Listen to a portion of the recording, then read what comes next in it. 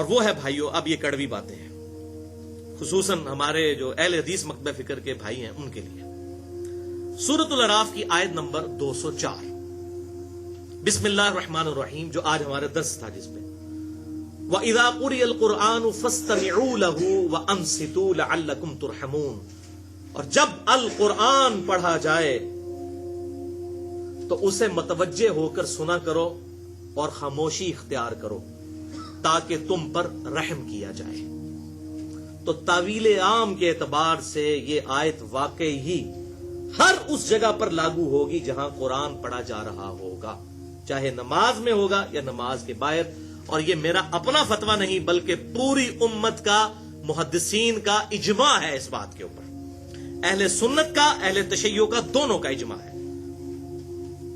اور اس میں یہ جو جعلی باتیں جی یہ مکی آیت تھی جی، وہ نماز تو مدینے میں فرض ہوئی، اور بھائی چاہے مکی تھی یا مدنی تھی اس سے تو فرق ہی نہیں پڑتا، یہ تو وہی بات ہے کہ جی یہ آیتیں بتوں کے بارے میں یہ ادھر نہیں لگ سکتی، یہ وہی لیم ایکسکیوزز، لنگڑے قسم کے ایکسکیوز، لیم ایکسکیوزز، اور یہ دونوں طرف سے ہیں، ادھر سے بھی ہے، یہ کہتے ہیں مکی آیت ہے، وہ کہتے ہیں جناب دیکھیں نا جی قرآن میں حکم ہے قرآن سنو، تو ہم اس لیے فاتحہ نہیں پڑھتے کہ امام کو سن رہے ہوتے ہیں، تو بھائی عشاء کی آخری 2 رکعتوں میں اور مغرب کی آخری رکعت میں اور ظہر اور عصر میں اس وقت تم کون سا قرآن سن رہے ہوتے ہو؟ اس وقت کیا تکلیف ہوتی ہے؟ اس وقت کیوں نہیں سورۃ الفاتحہ پڑھتے؟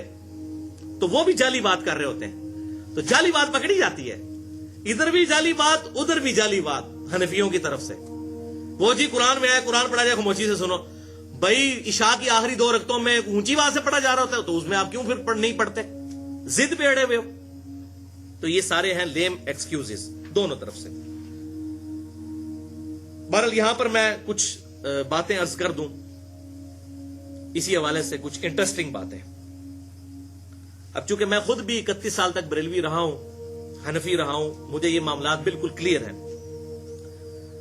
کہ یہ بات بالکل لاجیکل ہے، عام فطرت پہ جو مسلمان پیدا ہوتا ہے، چاہے بریلوی ہو، دیوبندی ہو، اہل حدیث ہو، اہل تشیع کے ہاں، ظہر اور عصر کی نمازوں میں ساری رکعتوں میں وہ سورۃ الفاتحہ پڑھتا ہے،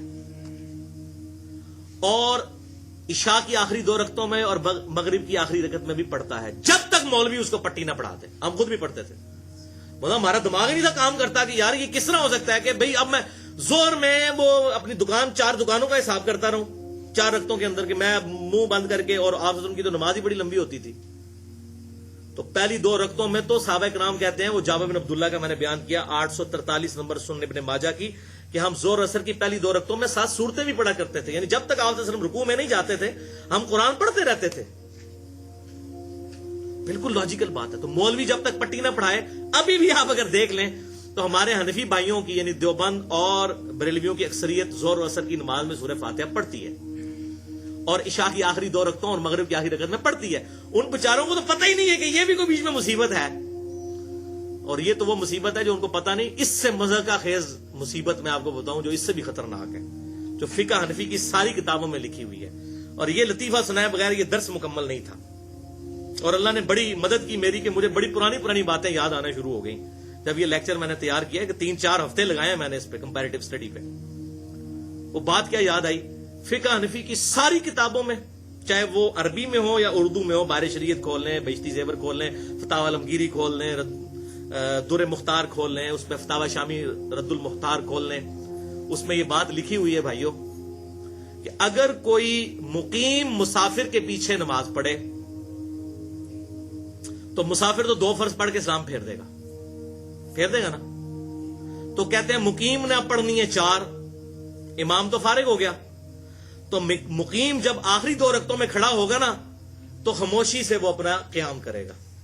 امام صاحب بیچارے جوتیاں پا کے گھاٹ جا چکے ہیں، وہ کہنا نہیں وہ چونکہ امام کے پیچھے ہی شمار ہے۔ اب مجھے بتاؤ یہ دنیا کی کس ڈکشنری میں وہ امام کے پیچھے شمار ہوگا؟ امام نے تو سلام پھیر دیا اور نماز مکمل کر چکا ہے۔ وہ کہتے ہیں نہیں، چونکہ وہ تکبیر اولیٰ سے امام کے ساتھ شامل ہوا تھا تو امام کی قرات مقتدی کے لیے کافی ہے، لیکن بھائی جی امام قرات کر ہی نہیں رہا تیسری 4تھی رکعت میں۔ وہ کہتے ہیں نہیں، یہ ہمارے بزرگوں نے مسئلہ بتایا ہے کہ مقیم جو ہے مسافر کے پیچھے آخری 2 رکعتوں میں خاموشی سے اندازہ کر لے کہ کتنی دیر میں فاتحہ پڑھی جاتی ہے، اتنا اندازہ وہ خاموشی سے کھڑا رہے اور پھر رکوع میں جائے۔ اس سے کسی کی بدنیتی اور شیطان کا حملہ اس بندے پہ چیک ہو جاتا ہے۔ کہ یہ اب دنیا کی کس عدالت میں یہ مقدمہ پیش کیا جا سکتا ہے. میرا خیال ہے یہ بات ان کی عوام کو پتہ چل جائے نا تو وہ بھی ان کو لتر مارے کہ خدا کے لیے کیا بزرگ ہمارے ساتھ کر کے گئے ہیں. یعنی کہ ان کی عقل بھی کام نہیں کرتی تھی کہ جنہوں نے یہ مسئلے لکھے ہیں کہ امام صاحب جا چکے ہیں. چلو پہلے تو تھا کہ 4 رکعتوں میں امام پڑھ رہے آگے, اب تو امام پڑھ ہی کوئی نہیں رہا, وہ تو سلام پھیر کے فارغ ہو چکا ہے, مسافر امام ہے, اور پیچھے آپ پھر بھی خاموشی اختیار کریں. وَلِعَاذُ بِاللَّهِ تَعَالَى. بس دعا کریں گے کسی کا گیئر الٹا نہ لگے, ورنہ جو ایکسیلیٹر پہ پاؤں رکھے گا گاڑی اتنی پیچھے جائے گی. اب یہ گیئر الٹا لگ چکا ہوا اصل میں, تو جتنا ایکسیلیٹر دبائیں گے گاڑی آگے نہیں جانی, پیچھے ہی جانی ہے. اسی طریقے سے ہم خود بھی بریلوی رہے 31 سال تک, جو بند میں بھی عرصہ گزرا. اس وقت بھی الحمدللہ میری یہ عادت تھی کہ فجر کی نماز میں اگر میں مسجد میں پہنچوں اور امام نے نماز شروع کر لی ہو تو میں کبھی سنتیں نہیں پیچھے پڑتا تھا. میری عقل ہی نہیں مانتی تھی کہ فرض نماز کھڑی ہے اور میں پیچھے جو ہے وہ اپنا کام شروع کر دوں. اور ان ظالموں کو اب نہیں ان کو یہ آیت یاد آتی وَإِذَا قُرِئَ الْقُرْآنُ فَاسْتَمِعُوا لَهُ وَأَنصِتُوا لَعَلَّكُمْ تُرْحَمُونَ. جب قرآن پڑھا جائے تو خاموشی سے سنا کرو, ٹھیک ہے, اس کو متوجہ ہو کر خاموش رہا کرو. یہ بات نہیں یاد آتی. ہم تو قائل ہیں, ہم کہتے ہیں خاموشی رکھیں, امام کے پیچھے بھی رکھیں, صرف سختوں میں پڑھیں. وہ آگے آ رہی ڈیٹیل بات. اور تو یہ سنتیں پیچھے دبائی آتے ہیں. اور اس وقت بھی الحمدللہ میری عقل نہیں مانتی تھی. وہ تو مجھے بعد میں پتا چلا کہ صحیح بخاری اور صحیح مسلم کی متفقن علیہ حدیث ہے کہ آپ صلی اللہ علیہ وسلم نے ارشاد فرمایا کہ جب فرض نماز کی اقامت ہو جائے تو کسی کے لیے جائز نہیں ہے کہ اس فرض نماز کے علاوہ کوئی اور نماز پڑھے.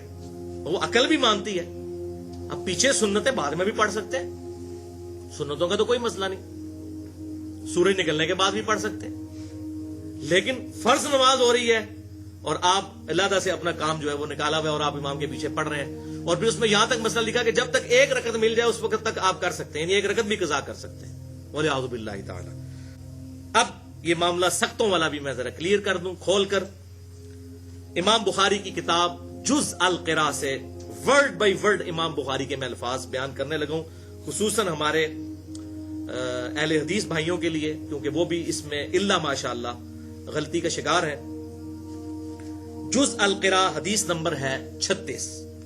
امام بخاری رحمت اللہ علیہ حدیث لے کر آئے سیدنا ابو ہریرہ رضی اللہ تعالیٰ عنہ کا قول کہ ہم آپ صلی اللہ علیہ وسلم کے پیچھے جب نماز پڑھتے تو آپ صلی اللہ علیہ وسلم نماز میں سکتہ فرمایا کرتے تھے. 2 سکتے, ایک فاتحہ سے پہلے اور ایک رکوع میں جانے سے پہلے. لیکن یہ پہلی رکعت میں. دوسری رکعت ڈائریکٹ فاتحہ سے شروع کرتے تھے, رکوع سے پہلے والا سکتہ اس میں ہوتا تھا.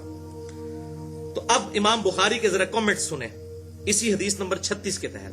وہ کہتے ہیں ابو سلمہ بن عبد الرحمن تابعی, میمون بن مہران تابعی اور سعید بن جبیر تابعی رحمہم اللہ اجمعین.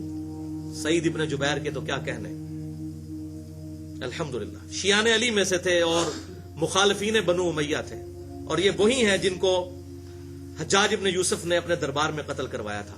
اور بعد میں کسی نے خواب میں دیکھا تو حجاج ابن یوسف نے کہا کہ باقی لوگوں کے قتل کے بدلے میں تو مجھے 1 دفعہ قتل کیا گیا, لیکن سعید ابن جبیر کے قتل کے بدلے میں اللہ تعالیٰ روزانہ مجھے قتل کرتا ہے, جو میں نے اس نیک انسان کو قتل کیا. اور عبداللہ ابن عباس کے سب سے بڑے شاگرد, بخاری اور مسلم کی درجنوں احادیث کے راوی سعید ابن جبیر رضی رحمت اللہ علیہ, رضی اللہ عنہ بھی کہہ سکتے ہیں, علیہ السلام بھی کہہ سکتے ہیں, الحمدللہ. یہ 3 تابعی کا امام بخاری لکھ کے کہتے ہیں, اور دیگر اسلاف رحمہم اللہ سختوں میں قرات کے قائل تھے. سختوں میں, جب امام خاموش ہوتا ہے, اور ان کی دلیل یہی حدیث ہوا کرتی تھی کہ لا صلاۃ لمن لم یقرأ بفاتحۃ الکتاب, کہ اس کی نماز ہی نہیں ہے جو سورۃ الفاتحہ نہیں پڑھتا. پھر جب امام قرات کرتا تو وہ خاموش ہو جایا کرتے تاکہ اللہ تعالی کے ارشاد پر عمل ہو. یہ امام بخاری کہہ رہے ہیں, میں نہیں کہہ رہا. تسی کہتے ہو جی مکی آیت ہے, امام بخاری نے نہیں پتا ہے مکی آیت ہے, امام بخاری کہہ رہے ہیں تاکہ اس حدیث پر بھی عمل ہو اور اس آیت پہ بھی. فاستمعوا له وانصتوا, سورۃ الاعراف آیت نمبر 204, کہ جب قرآن پڑھا جائے تو اس وقت اس کو سنا کرو اور خاموشی اختیار کرو, اور رسول اللہ صلی اللہ علیہ وسلم کے حکم پر بھی عمل ہو جائے, کیونکہ من یطیع الرسول فقد اطاع اللہ, امام بخاری نے وہ آیت لکھ دی سورۃ النساء کی آیت نمبر 80 کہ جس نے رسول اللہ صلی اللہ علیہ وسلم کا حکم مانا گویا اس نے اللہ کا حکم مانا. وہ کہتے ہیں یہ جو ہمیں کہتے ہیں نا جی وہ قرآن اور حدیث ٹکرا رہے ہیں, وہ کہہ رہے ہیں کوئی نہیں ٹکرا رہے. قرآن پر بھی عمل کریں گے کہ امام جب تلاوت کرے گا ہم خاموشی اختیار کریں گے, اس کے سختوں میں پڑھیں گے. حدیث پر بھی عمل کریں گے. اور پھر امام بخاری رحمۃ اللہ علیہ نے بڑی سخت بات کی. جو لوگ سورۃ الفاتحہ نہیں امام کے پیچھے پڑھتے انہوں نے پھر سورۃ النساء کی آیت نمبر 115 بھی ساتھ لکھ دی, جس کے کانٹیکسٹ میں نے مسئلہ نمبر 31 ریکارڈ کروایا تھا اجماع کی حجیت والا, کہ جو کوئی رسول اللہ کی مخالفت کرتا ہے بعد اس کے کہ اس پر حق واضح ہو چکا ہے. یعنی رسول اللہ کی مخالفت کیا, امام بخاری یہ بتانے چاہ رہے ہیں کہ آپ صلی اللہ علیہ وسلم نے کیا فرمایا تھا, لا صلاۃ لمن لم یقرأ بفاتحۃ الکتاب. تو سورۃ الفاتحہ نہ پڑھنا رسول اللہ کی مخالفت ہے. بعد اس کے کہ اس پر حق کھل چکا اور مومنین کے راستے کو چھوڑ دیتا ہے. یعنی کس کے, صحابہ کرام علیہم رضوان کے. تو پھر وہ جس گمراہی میں سرگرداں ہیں ہم اسی گمراہی میں اسے رہنے دیں گے اور آخرت میں اسے آگ کا مزہ چکھائیں گے, دوزخ کی آگ کا. وَلِعَاذُ بِاللَّهِ تَعَالَى. اتنی سخت یہ آیت امام بخاری نے اس جگہ پر نقل کی, حدیث نمبر 36 کے انڈر جز القراء امام بخاری کی کتاب میں. اور یہ نہ سمجھیے گا بھائیو امام بخاری نے کوئی خود سے فتویٰ لگایا. سیدنا ابو ہریرہ رضی اللہ تعالیٰ عنہ جو ساری احادیث کے راوی ہیں, ان کا قول صحیح سند کے ساتھ جز القراء میں امام بخاری نے 274 نمبر پر حدیث وہ نقل کی, حدیث موقوف, وہی جو آپ کے اس ریفرنس پیج کے اوپر سیکنڈ آس لکھی ہوئی ہے, للامام سقطتان.